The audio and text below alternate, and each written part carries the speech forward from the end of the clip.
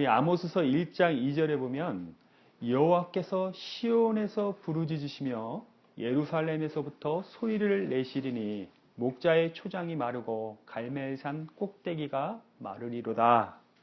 여호와께서 부르짖는다는 말씀이 나옵니다. 여러분 성경을 읽으면서 얼마나 많이 여호와께서 부르짖는다라는 표현을 들어보셨습니까?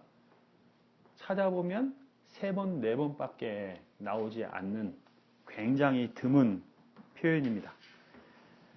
이 표현에 대해서 아모스 3장 8절에 보면 이렇게 나옵니다. 사자가 부르짖은즉 누가 두려워하지 아니하겠느냐? 주 여호와께서 말씀하신즉 누가 예언하지 않겠느냐? 그러니까 아모스가 말한 여호와께서 부르짖는다 이런 거는 천둥번개가 울리는 것과 같이 사자가 부르짖는 것 같이 그런 여호와의 그 모습, 그 부르짖는 모습을 표현하고 있습니다. 이 선지서가 이제 시적인 표현들이 나오는데, 그럼 그렇게 여호와께서 부르짖는 이유가 무엇인가 할 때 여러 이유가 아모스서에 나오는데, 이 아모스가 북이스라엘에서 예언한 사람이기 때문에 이 북이스라엘에 대해서만 이유를 보면, 첫째, 은을 받고 판결을 굽게 해서 의로운 자를 팔았어요.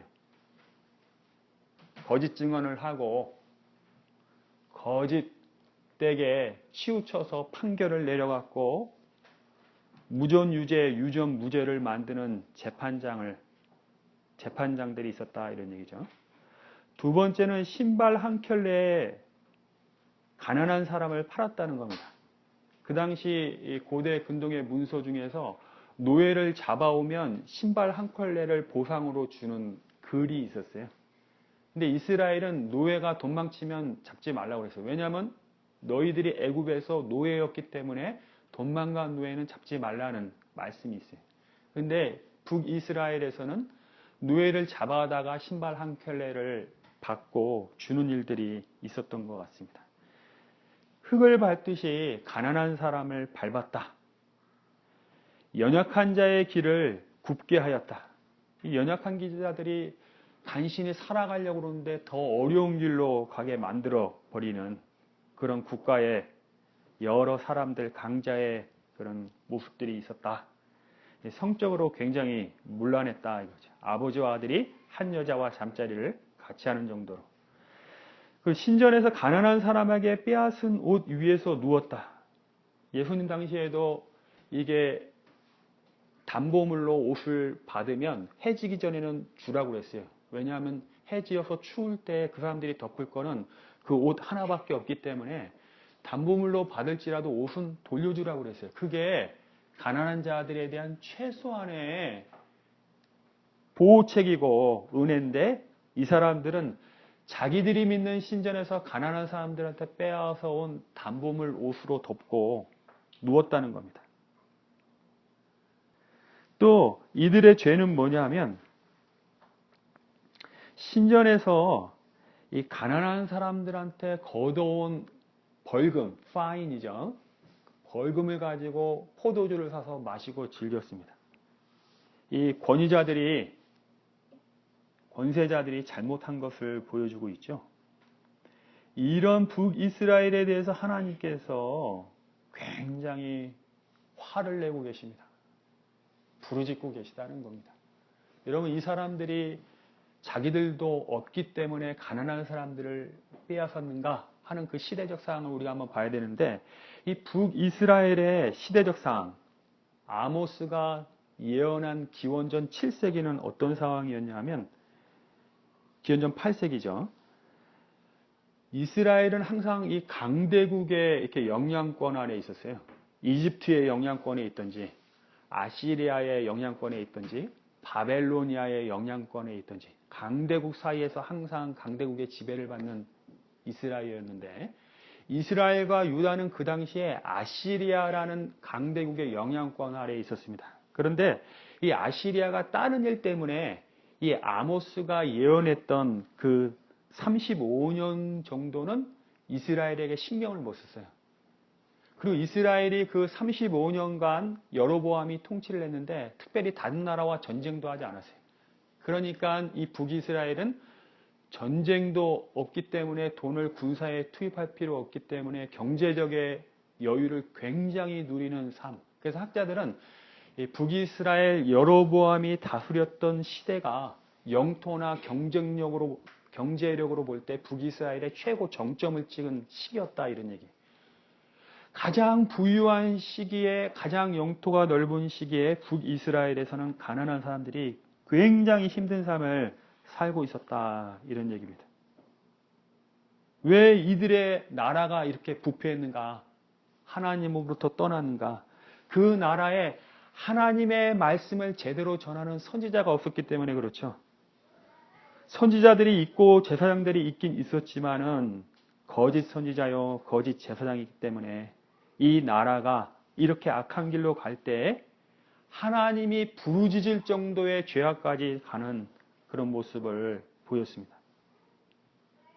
그래서 이 아모스가 예언하기를 가뭄이 일어날 거다, 이렇게 말했습니다. 여러분, 여호와께서 시온에서 부르짖는다 할 때 그 시온은 예루살렘 성에 있는 산입니다. 거기는 하나님이 임재의 계신 곳이다. 그 시온에서 세상을 다스린다 하는 그런 구약의 말씀이 있어요. 하나님께서 시온에서, 유다 땅에서 저기 북이스라엘을 보면서, 주변 나라를 보면서 부르짖는다, 이렇게 말씀하시고, 예루살렘에서 소리를 발하신다. 그렇게 와 하고 소리를 내니까 목자의 초장이 말라버리고 갈멜산 꼭대기가 말라버릴 것이다 하고 예언을 한 겁니다. 이 갈멜산이라는 건 북이스라엘의 북서쪽 지역인데 거기는 물이 풍부하기로 유명한 곳이에요. 농사가 잘 되기로 유명한 곳입니다. 그 지역까지 말라버린다라고 이야기를 합니다. 이런 애굽은요, 나일강이 있죠. 이 나일강은 마르지 않는 강입니다. 그래서 이 애굽 사람들이 농사를 주로 했어요. 그냥 물을 갖다가 발로 밟는 그런 수차를 가지고 물을 들여서 농사를 지었죠. 그래서 나일강 주변에는 비옥한 농토가 있었어요. 근데 이 애굽에서 사는 이스라엘 백성을 데려다가 하나님께서 가나안 땅으로 데리고 가실 때 하나님께서 가나안 땅을 젖과 꿀이 흐르는 땅이라고 말씀하셨어요. 그러면 이 애굽 땅보다 더 비옥한 땅 아니냐 하는데, 이 가나안 땅은 좋은 땅이긴 좋은 땅이지만 굉장한 제한이 있었는데, 그것이 뭐냐면 1년에 비가 꼭 2차례가 내려야지만 이 가나안 땅은 농사를 지을 수 있는 땅입니다. 그것이 이른 비와 늦은 비였어요. 씨 뿌리기 전에 이른 비가 내려줘야 되고 추수하기 전에 늦은 비가 내려줘야지만 이 가나안 땅은 이 생산을 할 수 있는 땅이에요. 그 땅을 그래서 약속의 땅이라고 해요. 뭐냐면 하나님께서 너희가 말씀을 잘 지키면, 나를 따르면, 나를 경외하면 내가 이른 비와 늦은 비를 주고 너희가 잘 되게 하겠다. 비를 내리는 건 하나님께 달린 문제이기 때문에 약속의 땅인 거예요. 애굽은 마르지 않는 나일강에 의지해서 농사를 지었지만 이스라엘은 하나님이 내려주시는 비에 의지해서 농사를 지어야 되는 땅인데, 이들이 죄악을 범할 때 하나님께서 비를 내리시지 않고 심지어 갈멜산 지역까지 마르게 하신다고 이야기를 하십니다. 그리고 1절에서 보면 이 2년 후에 지진이 있을 거라는 예언이 이 아모스를 통해서 하나님이 말씀하시죠. 그래서 아모스가 예언한 후에 2년 후에 큰 지진을 당하게 됩니다. 이 지진이 얼마나 컸는지 200년이 지난 후에 스가랴 선지자가 여기에 대해서 말을 하는데, 유다 왕 우시야 때에 지진을 피하여 도망하던 때같이 하리라. 굉장히 큰 피해를 입은 것이죠. 근데 하나님께서는 이렇게 심판하시기 전에 반드시 회개할 기회를 주시는 사랑의 하나님이신 거 여러분 아시죠? 그리고 회개만 한다면, 하나님 앞에 옷을 찢고 돌아오기만 한다면 하나님은 심판을 처리하시는 하나님이시라는 겁니다. 요나가 니느웨 성에서 회개하라고 말씀을 전파했을 때 니느웨 왕과 백성들이 옷을 찢고 금식하고 죄를 뿌리고 회개했을 때 하나님께서는 니느웨 성에 대한 심판을 처리하셨어요. 심판 중에 은혜를 잊지 않으시는 분이 바로 하나님이시죠. 하나님께서는 반드시 심판 전에 회개의 기회를 주시고 오래 참고 기다리시죠. 그러나 죄악이 끝까지 차오르면 반드시 심판하시는 의로우신 하나님이십니다. 예나 지금이나 마찬가지. 그런데 하나님이 회개의 기회를 주시고 은혜의 기회를 주실 때 그 기회를 알아보고 회개하는 게 얼마나 힘든지 오늘 제가 말씀을 드리고자 합니다. 하나님께서는 이 이스라엘이 회개하도록 선지자를 보내셨는데 그 사람이 누구냐 하면 아모스입니다. 아모스는 어디 출신의 사람이냐 성경에 봤더니 드고아입니다. 드고아는 예루살렘의 남쪽에 한 15마일 정도 떨어진 곳에 이 드고아. 이 드고아 사람 아모스가 북이스라엘 이웃나라로 넘어가 가지고 거기서 선지자 활동을 하는 거죠. 그래서 어떻게 보면 이 북이스라엘 사람들을 입장에서 볼 때 이 아모스는 이방인이었어요. 유다 땅에서 온 사람인데 왜 북이스라엘에서 네가 무슨 말씀을 전한다고 그러냐. 그리고 아모스의 말에 따르면 그는 목자였고 뽕나무를 치는 사람이었다 이렇게 얘기를 합니다. 목자라는 건 이렇게 양을 이렇게 키우는 사람이잖아요. 그러니까 오늘날 말하면 카우보이 같은, 미국에서 말하는 카우보이 같은 사람. 뽕나무를 재배했던 사람입니다. 그래서 모습이 저럴 거라고 학자들이 이렇게 그림을 그려놨는데 영락없는 거지의 모습이죠. 초라한 모습에 이방 사람이 북이스라엘에 와가지고 지금 말씀을 전하는데 이 아모스가 말하기를 7장 14절에 아마사에게 이렇게 말했어요. 나는 선지자가 아니라 또 나는 선지자의 아들도 아니라 나는 목자여 뽕나무를 재배하는 자다. 이렇게 말했어요.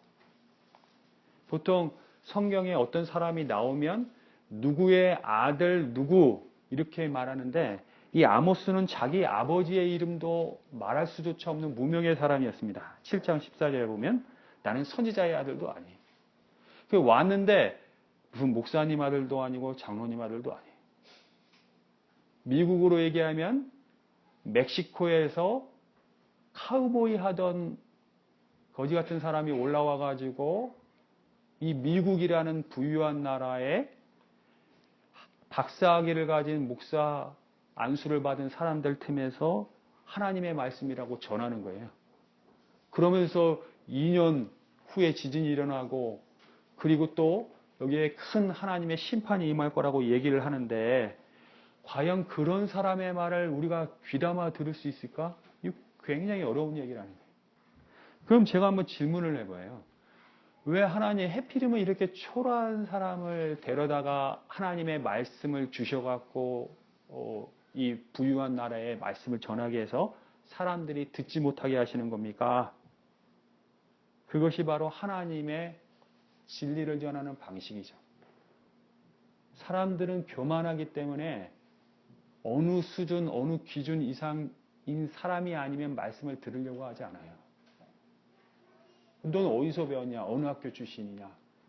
어느 정도 사역했냐? 어느 정도의 경력이 있냐? 아, 들을만 하구나. 교회에서는 몇 명 교회 목회하는 목사님이냐? 아, 그 목사님 능력이 있구나. 잘하구나. 나머지는 듣지를 않아요.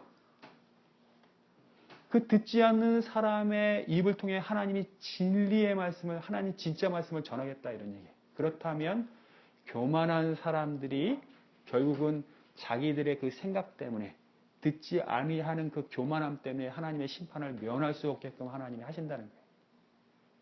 그냥 이 사람 존재 자체가 하나님의 진리를 말하고 있고 하나님의 심판의 성격을 말하는 거예요. 내가 못 배웠다고? 내가 이방에서 왔다고? 내가 단지 목자라고 내 말을 무시하느냐? 그게 바로 너희들의 교만을 말하고 있는 것이다. 그 교만 때문에 나라가 이렇게 가난한 사람을 억압하고 나라가 죽어가고 있다. 이렇게 말을 하고 있는 것이 바로 아모스입니다. 아모스가 막 국가에 대해서 얘기하자 이 베델의 제사장 아마샤라는 사람이 있었어요. 7장 10절에서 13절 여러분 한번 보시면 제사장 아마샤가 이 아모스 듣도 보지도 못한 이 사람이 와가지고 뭘 얘기하는데 들어보니까 완전 국가에 반하고 왕에게 반하는 내용을 하고 있다 이런 얘기죠. 그러니까 정식 제사장 아마샤가 여로보암에게 사람을 보내서 이스라엘 족속 중에 아모스가 왕을 모반합니다. 그 모든 말을 이 땅이 견딜 수 없나이다 하고 왕에게 편지를 보내요. 사람을 보냅니다. 이 사람이 국가를 위태롭게 합니다. 국가보안법 위반을 하고 있습니다. 뭐 이렇게 말을 하고 있는 사람이죠. 그리고 아모스가 더 나아가서 왕 여로보암은 칼에 죽겠고 이스라엘은 반드시 망해갖고 사로잡혀서 다른 나라에 갈 거라고 이런 식으로 예언을 합니다. 이런 예언을 좋아할 사람이 누가 있겠어요? 그걸 받아들일 사람이 누가 있겠어요? 그런 메시지는 온 북이스라엘 사람들이 원하지 않는 메시지입니다. 여러분. 아멘할 사람 아무도 없다는 얘기예요. 듣기 싫은 얘기를 하니까 이 국가 제사장 아마샤가 지금 이 사람 이거 어떻게 처분해야 된다고 이야기를 하는 거죠. 그리고 아마샤가 아모스에게 한 얘기 12절 13절 한번 여러분 보십시오. 굉장히 의미심장한 얘기인데 아마샤가 아모스에게 말했어요. 야 선견자야 너는 너의 땅 유다 땅으로 도망하여 가서 거기에서 떡을 먹으며 거기에서나 예언하고 다시는 베델에서 예언하지 마라. 이 베델은 왕의 성소요 나라의 궁궐이다. 이 말은 뒤집어 보면 뭡니까? 아마샤 내가 이 베델에서 내가 예언하는 정통 선지자고 제사장이다. 그래서 내가 이 예언을 통해 이 제사장 일을 통해서 왕한테 떡을 받는 거예요. 왕한테 월급을 받고 그리고 내가 여기서 먹고 살면서 이렇게 하고 있는데 네가 왜 남의 사업장에 와가지고 헛단 소리를 하냐. 너는 너의 사업장에 가가지고 네 종교사 거기 가서 해라. 네 영역에 가서는 해라 하고 말하는 게 이 아마샤의 말이라는 겁니다. 그러니 북이스라엘에는 직업 제사장들이죠. 직업 선지자들이 얼마나 많았습니까? 왕으로부터 돈을 받는 사람들이죠. 지금 이 북이스라엘의 왕이 여로보암 2세인데 북이스라엘이 처음에 시작할 때 여로보암 1세가 솔로몬이 죽은 후에 남쪽 유다와 북이스라엘로 갈라졌죠. 첫 왕이 여로보암 1세인데 여로보암 1세가 제일 걱정하는 게 뭐냐면 이 북이스라엘 사람들이 유다 땅으로 무슨 제사 지내러 간다고. 왜냐하면 예루살렘이 유다 땅에 있거든요.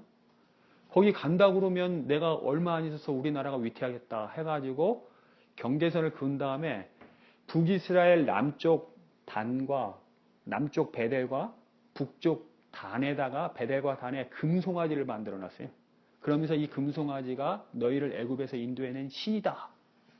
그리고 레위 사람들이 아닌 제사장 사람들, 다른 족속의 사람들을 제사장으로 하면서 종교 활동을 하게 했어요. 그 여호와라고 하면서도 금송아지를 숭배하는 레위 지파가 아닌 사람들이 제사장 역할을 하면서 거기서 종교인들이 발생을 하죠.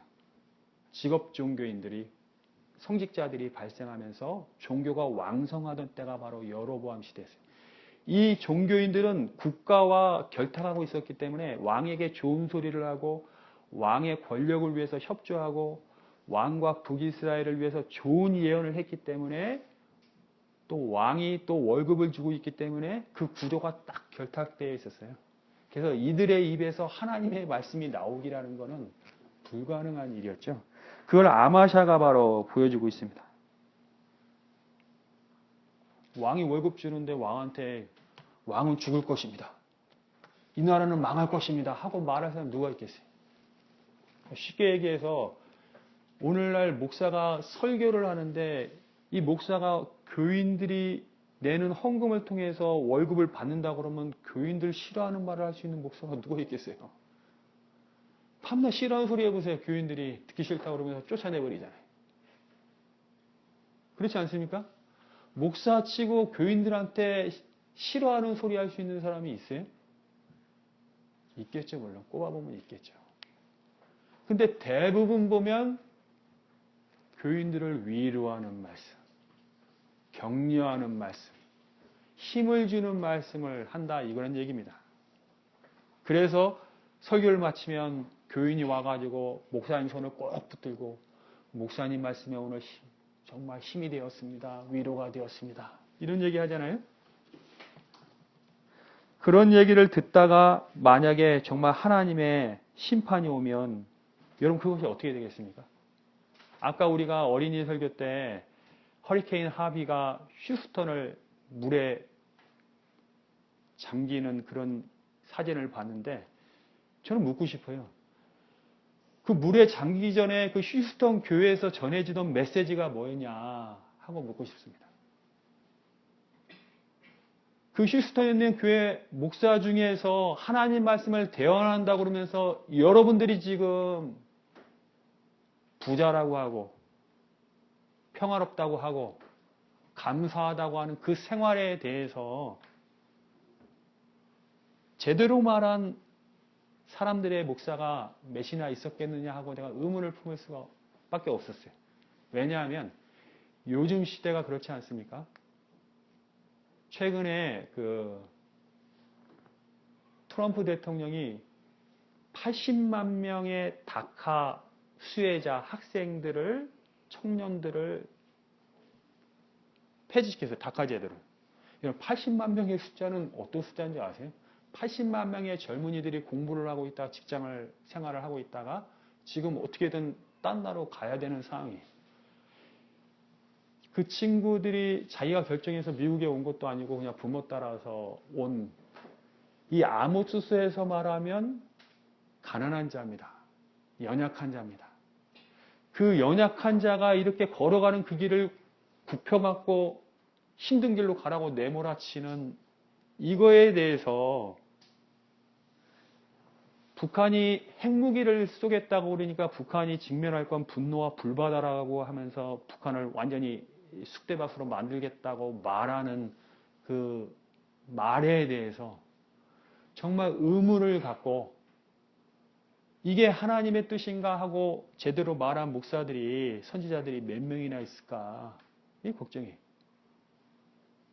목사만의 문제입니까? 많은 사람이 침묵하고 있어요. 많은 사람이. 대다수가 샤이 트럼프 같이 트럼프는 오히려 대놓고 자기 할 일을 하죠. 근데 자기 마음에 있는 걸 속 시원히 하고 있구나. 근데 자기는 말하면 창피한 일이에요. 어떻게 보면 정의를 따지고 뭘 이치를 따지면 그거 정말 창피한 일인데 트럼프가 하니까 말을 안 하고 있는 거예요. 이것이 이들의 죄악이고 우리들의 죄악이라는 사실입니다. 그것이 오늘날 교회의 죄악이고 사랑하는 여러분, 이제 다음 달 10월 31일이 무슨 날인지 아십니까, 여러분? 10월 31일. 지금부터 500년 전에 1517년 10월 31일에 독일 비텐베르크 만성교회 앞에 루터가 95개조 반박문을 갖다 딱 천주교회에 대해서 붙여놨어요. 종교개혁 500주년이 되는 날이 다음 달 10월 31일입니다.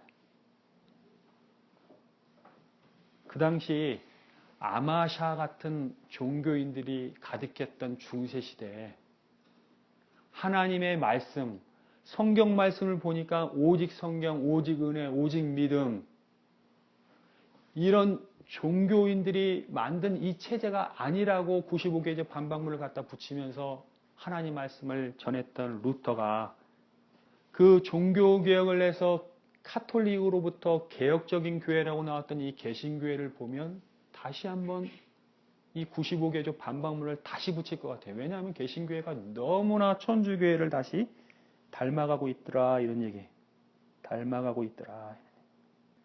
제가 이제 이 한 가지를 말씀드리고 말씀을 마치려고 합니다. 이 종교개혁이 다가오기 때문에 종교개혁과 한번 연결해서 옛날에는 여러분 이게 인쇄술이 발달하지 않았잖아요. 그러니까 헬라어 성경이 이게 사람이 손으로 필사라고 하거든요. 쓴 사본밖에 남지 않았어요. 그런데 이렇게 교부들 후에 중세시대가 되면서 성경이 필요하니까 사람들이 이제 사제들은 성경을 갖고 있어야 되잖아요. 그러니까 라틴어로 이렇게 성경을 번역을 해가지고 필사를 해가지고 정말 사제들만이 성경을 갖고 있는데 그게 라틴어 성경입니다. 라틴어 성경이 여러 개 있었는데 이 교황이 제롬이라는 사람한테 BC 4세기에 정식 좀 라틴어 성경 하나 번역해라 해가지고 제롬이 번역한 게 벌게이트, 불가타 라틴어 번역 성경이죠. 그래서 성경을 이렇게 번역을 했어요. 그래서 4세기부터 종교개혁 때까지 그 라틴어 성경이 사제들 손에만 있었고 백성들 손에는 없었어요. 그 성경이 가고 있을 때 에라스무스라는 사람은 믿음이 좋은 사람입니다. 이 사람은 그리스어에 정통한 사람이었어요. 그 당시에 인쇄술이 발달하니까 그리스어로 된 신약 성경을 에라스무스가 출판을 합니다.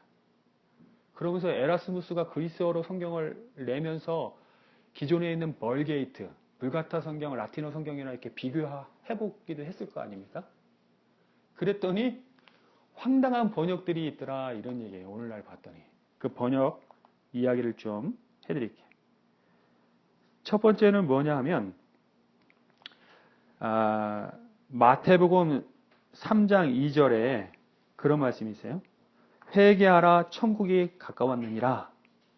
그리스어로는 회개하라 천국이 가까웠느니라. 근데 불가타 성경에는 뭐라고 했냐면 고해성사해라 천국이 가까웠느니라 이렇게 해놨어요. 이게 왜 고해성사냐 그러면서 회개로 바꿨어요.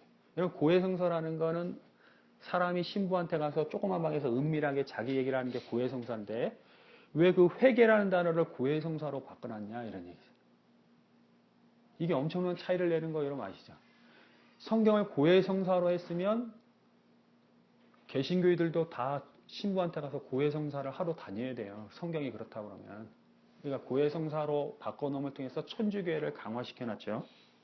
그 에라스무스가 회개라고 헬라 성경을 냈습니다. 또 하나 누가복음 1장 28절에 보면 성경에는 가브리엘이 마리아에게 가가지고 은혜를 받은 자여 평안할지어다 주께서 너와 함께 하시도다 이랬어요.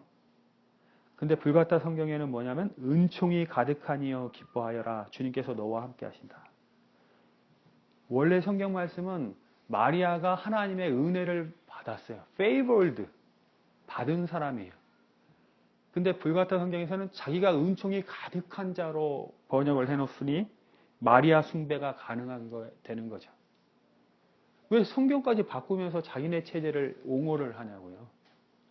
고해성사가 예수님 때 있지도 않은 제도인데 고해성사를 단어를 갖다 붙여놓고 예수님이 고해성사해라 천국에 가느니라 세례요한이 그렇게 말한 것처럼 해놓냐고요. 이것이 오늘날 이 종교라는 이름으로 행해지는 일들이죠. 근데 재밌는 사실 하나를 제가 말씀드리면 에베소서 4장 11절 12절에 보면 우리 말씀에 이렇게 나와 있어요. 개신교 성경입니다. 개역개정. 그가 어떤 사람은 사도로, 어떤 사람은 선지자로, 어떤 사람은 복음을 전하는 자로, 어떤 사람은 목사와 교사로 삼으셨으니 이는 성도를 온전하게 하여 봉사의 일을 하게 하며 그리스도의 몸을 세우려 하심이라. 여기서 이상한 말씀 여러분 눈에 보입니까? 목사가 여기 왜 나오냐고요. 이 목사는요. 313년에 이 콘스탄티 대제가 이 기독교를 공인한 다음에 사제랑 주교랑 계급 발전하다가 개신교회가 그거로부터 나오면서 목사라는 사람들이 생긴 거예요. 그 목사라는 단어는 여기서 나올 수가 없는 단어인데 왜 여기다 목사라고 갖다 붙여놓냐고요. 근데 천주교 성경을 보니까 천주교는 뭐라고 해놨냐면 목자와 교사로, 목자로 해놨어요. 이거는 천주교가 또 잘 해놨어요. 목사를 부정하느라고. 개신교를 부정하느라고. 개신교 성경은 이게 목사로 써놨어요. 이게 목사 아니에요. 목자예요. 예수님이 양은 목자의 음성을 듣는다 할 때 그 목자가 그대로 이 단어입니다. 따는데 100% 다 목자로 해놓고 딱 이 한 구절 교회 안에서는 목사로 해놨어요. 사도 바울이 에베소 교회에 편지를 보낼 때 목사라는 오늘날 말하는 목사라는 사람들을 염두에 두고 이 목사라고 쓴 줄 아세요? 포이맨, 목자입니다. 목자. 이렇게 사람들이 자기네 이익과 조직과 생계를 위해서 진리를 바꿔버려요. 정말로 나쁜 사람들이 많구나 하고 여러분들이 생각하는 이때 여러분들이 나쁜 사람이라는 것을 제가 좀 말씀드리겠습니다. 에베소서 4장 7절에 보면요. 뭐라고 나오냐면 에베소서 4장 11절인데 이 말씀이 있는데 에베소서 4장 7절에 한번 보세요. 우리 각 사람에게 그리스도의 선물의 분량대로 은혜를 주셨나니 이렇게 나와요. 우리 각 사람이라는 건 교회의 모든 사람에게 말하는 거예요. 은혜를 주셨나니 성령의 은혜에 따라서 우리 교회 안에 있는 모든 사람들에게 어떤 사람은 사도로, 어떤 사람은 선지자로, 어떤 사람은 복음 전하는 자로, 어떤 사람은 목자로, 어떤 사람은 교사로 모든 사람이 이 5 카테고리 안에 다 들어간다라고 말하는 겁니다. 그래서 사도 바울께서 여기서 얘기하는 건 오피스를 얘기하는 게 아니에요. 성도 20명 중에 4명은 목사라는 오피스, 4명은 사도라는 오피스, 이 직을 준다는 얘기가 아니라 펑션, 기능을 얘기하는 거예요. 성령이 임하니까 어떤 사람은 사도와 같은 기능을 하더라. 어떤 사람은 복음 전도자의 기능을 하고, 어떤 사람은 목사의 기능을 하고, 목자의 기능을 하고, 어떤 사람은 교사의 기능을 하더라. 이런 얘기예요. 그래서 성도들이요, 교회 안에서 이런 기능을 하는 교회가 바로 초대교회였어요. 그렇다면 칼빈이 말한 만인 제사장이죠. 성직자와 평신도가 있어서 성직자가 교회에서 말씀도 전하고 리더십을 발휘할 때 평신도는 그 성직자의 말을 뒤쫓아야 된다. 이런 천주교식 하이라키컬, 이 계급적인 구조를 깨트리면서 칼빈이 말한 게 모두가 다 하나님의 사역자다. 제사장이고 선지자고 사도고 이런 기능을 한다라고 말을 한 겁니다. 그럼 이게 종교개혁의 정신이라고 그러면 프로테스탄트의 스피릿이라고 한다면 오늘날 프로테스탄트 교회가 이런 모습을 가지고 있어야 되지 않아요? 근데 왜 시간이 갈수록 교회는 목사와 평신도가 있어요?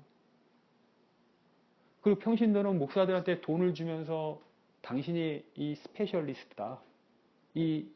당신이 특별한 사람이고 당신이 하니까 당신이 리더십을 가지고 당신이 섬기고 신방하고 상담하고 말씀 전하고 뭐하고 당신이 해라.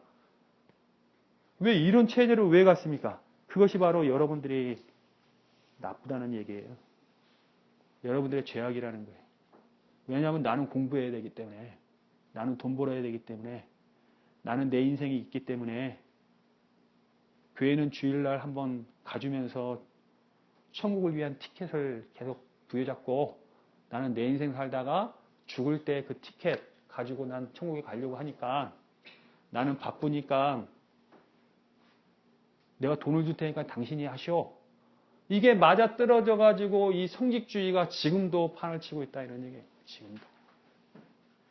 그거 아닙니까 여러분? 내 인생 하기도 바빠요. 우리는 내가 직장 다니기도 바쁘고 공부하기도 바빠요. 무슨 주님의 일을 해요. 교회에 나와주면 주일날 교회에 나와주면 아이고 잘 오셨습니다. 아이고 좋습니다. 이게 우리가 받고 싶은 얘기 아닙니까? 그게 오늘날 다시 한번 종교개혁이 일어나야 될 이유입니다. 개신교회 안에서. 우리 죄악과 연결돼가지고. 그건 목사님이 하세요. 목사님의 일이니까. 우리는 내 인생 살겠습니다. 우리 인생 살겠습니다. 자, 사랑하는 여러분. 이제 교회가 바뀌어야 돼요. 변화되어야 됩니다. 그리고 정말 성경 말씀대로 오늘 아모스가 무명의 사람으로 왔는데 하나님이 임했다 그러면 그 사람이 바로 하나님의 사람이고 하나님의 말씀이라는 걸 귀 기울일 수 있는 겸손함이 우리에게 있어야 돼요. 그런 깨어진 마음이 있어야 됩니다. 여러분 안에 기준들 다 인간적인 기준들이에요. 예수님의 제자들 다 무식한 사람이었어요. 예수님 목수의 아들이었어요. 그들은 정규 교육을 받은 바도 없고 율법사 밑에서 신학교육 받은 바도 없어요. 어린아이들을 통해서 지혜롭고 슬기는 자를 부끄럽게 하시는 것이 진리입니다. 그 믿음으로 어떻게 돌아갈 수 없을까요? 우리 교회 목사님은 PhD 학위가 있어요. 교회 네임 밸류. 나는 무슨 교회 다녔어요. 이거 다 이런 것들이 이 아모스 시대 이스라엘의 죄악과 연결된 생각들인데 그걸 여전히 붙들고 있어요. 종교개혁 500년이 지났는데 우리 마음에 다시 한번 말씀으로 돌아가야 된다는 말씀이 뭐라고 얘기하고 있어요. 에라스무스가 헬라어 성경을 낼 때 그거 아닌데 왜 바꿔놨냐고 그러잖아요. 르네상스가 고전으로 돌아가는 거잖아요. 종교개혁이라는 건 하나님 말씀으로 다시 돌아가는 거예요. 왜 말씀으로 돌아가느냐?